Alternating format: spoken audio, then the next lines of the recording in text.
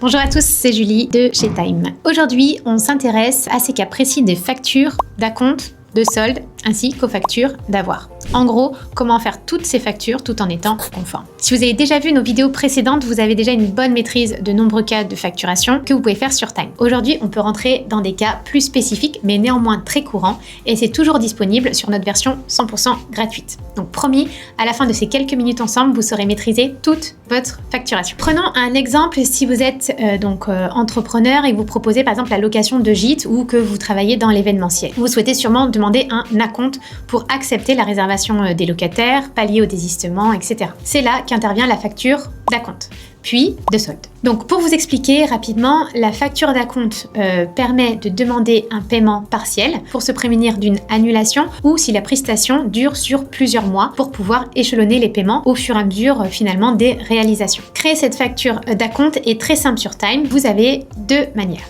La plus efficace, à mon sens, si vous utilisez les devis, c'est de créer un acompte depuis votre devis. Je vais donc dans la partie devis, dans l'onglet facturation ici. Donc imaginons que j'ai un devis qui a déjà été accepté. Je retrouve mon devis numéro 11 daté du 7 janvier. Je vois que là, tout est bien enregistré. Et surtout que dans mes conditions générales aussi, en bas de mon devis, j'avais précisé que l'acceptation du devis entraînait le versement d'un acompte de 30%, puis le solde à la livraison par exemple. Ça, c'est très important de bien le prévoir sur le devis, comme ça fait foi aussi pour votre client.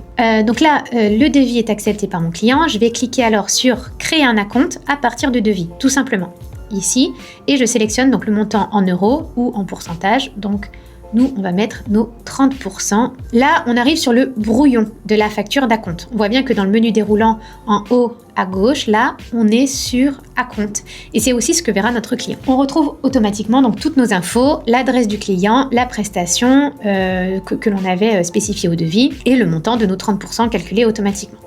Là, je choisis ma date d'émission, le délai de règlement que j'autorise. Ça peut être immédiat ou comme ici, je vais mettre 15 jours. On peut bien sûr donc ajouter des précisions sur la ligne de détail. Donc par exemple, je vais mettre séance photo événement d'entreprise, entre parenthèses, parce que ça peut aider le client aussi à s'en rappeler. Je vois aussi que comme j'ai un compte pro Time, mes coordonnées bancaires, donc mon IBAN, c'est automatiquement renseigné ici. Il y a bien toutes les informations vraiment nécessaires là pour que le client puisse régler après cet acompte. Et si jamais vous n'avez pas encore le compte pro, vous pouvez rajouter manuellement les coordonnées bancaires dans un champ libre. Donc là, tout est bon, je peux créer la facture d'acompte qui maintenant va apparaître dans mon onglet facture, cette fois, avec toutes les autres factures. Et j'aurai plus qu'à l'envoyer à mon client. Je peux aussi la retrouver, donc cette facture d'acompte à tout moment depuis mon devis. Donc là, directement sur mon devis numéro 11, j'y retourne. Et je vois bien ici sur la partie droite les factures d'acompte et de solde qui y sont associées. Ça, c'est vraiment super pratique. Et pareil, depuis la vue client, également, je peux retrouver bien sûr toutes les factures, dont la facture d'acompte que je viens de créer. Voilà, autre manière de faire, donc je peux aussi créer donc un acompte manuellement, directement depuis une nouvelle facture.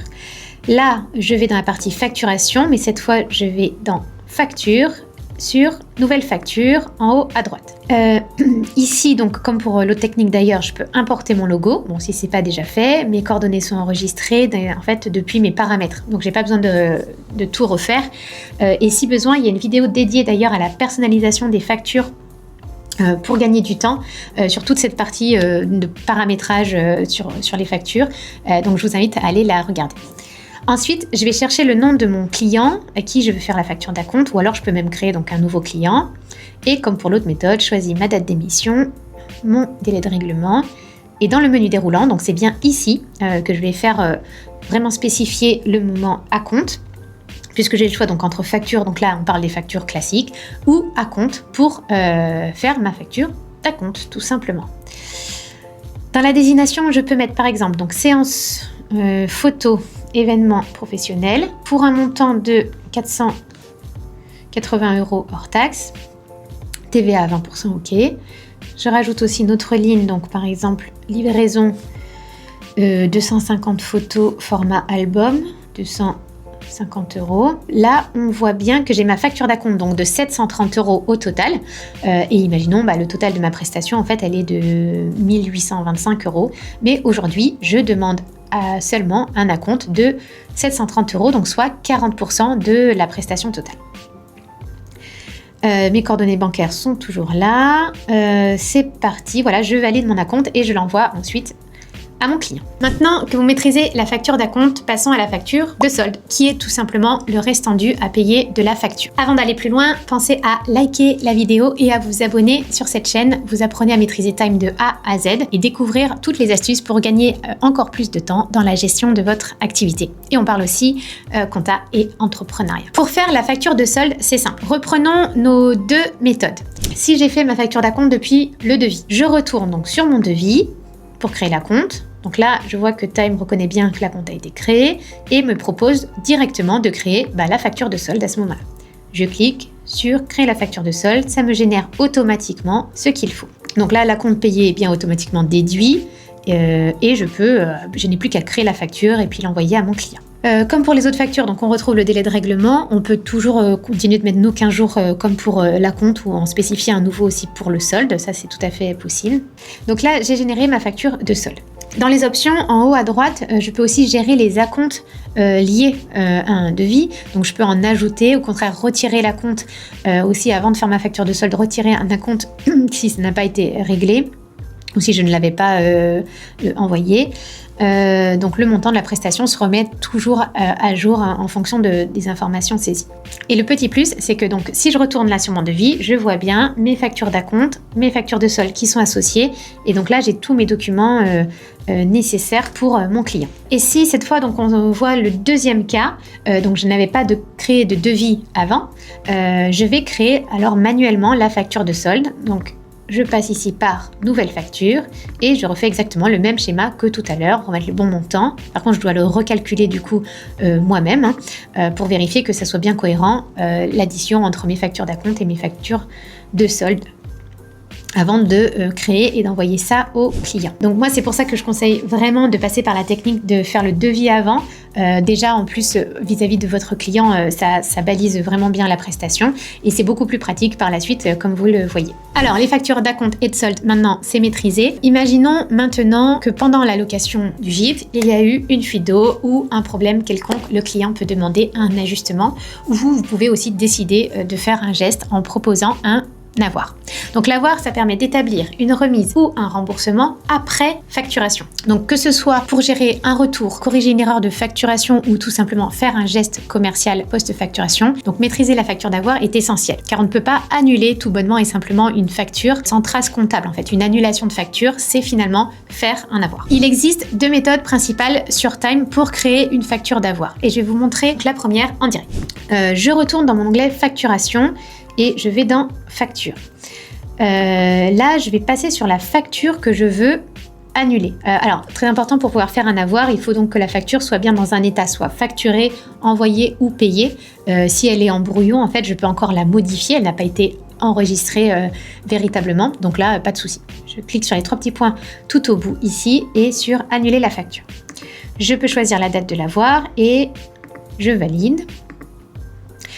Et donc là, à ce moment-là, Time m'indique que la facture a bien été annulée et que du coup, l'avoir correspondant a été généré. Je le retrouve dans ma liste de factures avec la mention avoir et la bonne numérotation, donc tout est conforme. Si besoin, je peux encore le modifier, cet avoir, donc je peux cliquer dessus, aller dans plus d'actions, si par exemple je me suis trompée sur la date, ajouter une explication, annulation de la réservation, etc. Je clique sur valider, l'avoir est enregistré, tout est mis à jour. Moi, je trouve que cette méthode est très pratique, donc quand on veut annuler la totalité d'une facture. Quand je me suis trompée, typiquement, de mon côté, dans ma facturation, avant même de l'envoyer au client, finalement. On passe maintenant à la deuxième méthode, qui est pour moi très utile, cette fois en cas de remboursement ou d'annulation partielle d'une facture qui est déjà émise. Donc là, cette méthode consiste à repartir directement de la facture. Donc là, je vais sur ma facture. Je peux aussi faire la manipulation sur mobile.